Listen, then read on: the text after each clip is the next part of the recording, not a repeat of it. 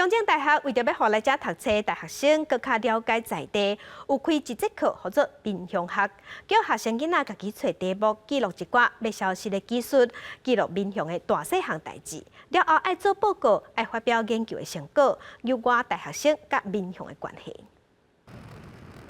大学生利用假日到社区内底采访，了解地方的产业甲历史。经过一学期发表调查结果，有人设计杂志，嘛有人会晓用竹仔来制作衣的功夫。在这堂课当中，我们学到了很多，比如说我们现在就是可以跟地方做一个我认识这个地方做连结。咱住伫遮无一定知影所有的代志，因逐咱画出来，互咱了解，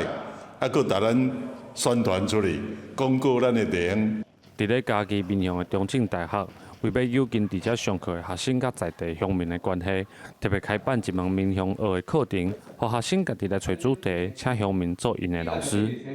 其实我家己在地面向人，毋过我对面向无遐了解，等到因外地来，佫比我较了解面向。因即马因学人伊有遮伊会怎传出去啊？上课的学生表示，要采访青云人，一开始拢足惊歹势，但是过程一直到最后的结果，等到互因经过一捌面向，改变过去标准面向，敢若只有往来甲乌白的印象。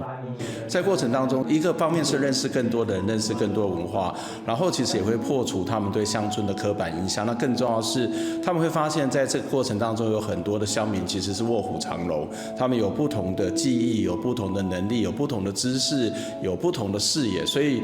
对于他们自己的个人的成长，或是对于台湾的认识是很有帮助的。协助学生的乡民指出，过去有时阵会认为大学生影响到庄内的生活，但是透过面向学的课程接受了后，嘛改变因对学生的看法。未来嘛希望注重学生的想法甲创意，互一寡传统产业带来改变。记者林慧婷，家己报道。